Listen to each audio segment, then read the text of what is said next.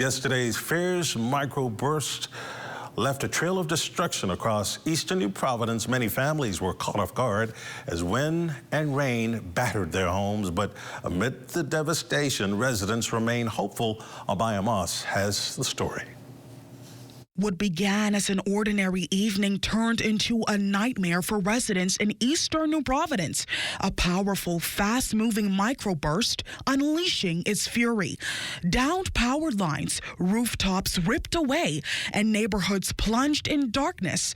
Errol Ferguson now left to pick up the broken pieces. I wasn't expecting it at all. The night started off, I thought it was just a little light rain like it has been for the past couple of weeks. But all of a sudden, the wind picked up, came with this loud howling from over the place. Next thing I knew, plywood on the roof flying off, nothing but water coming into place on me and my family. It was bad. It traumatized my little kids. Well, at this point, I think we can do is continue to pray.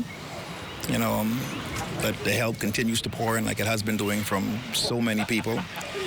And again, like I said, I have to give thanks to God that nothing happened to none of me and my family members. Everybody is safe, which is the most important things, because, like I said, these material things, like the vehicle and furnitures, clothing and stuff, I think all of those things can be replaced. So in time, I think we'll get back to where we were.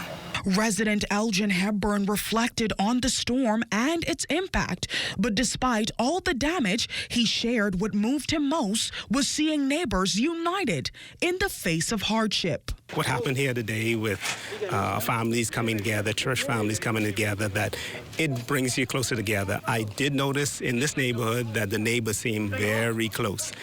They were talking to each other, checking on each other.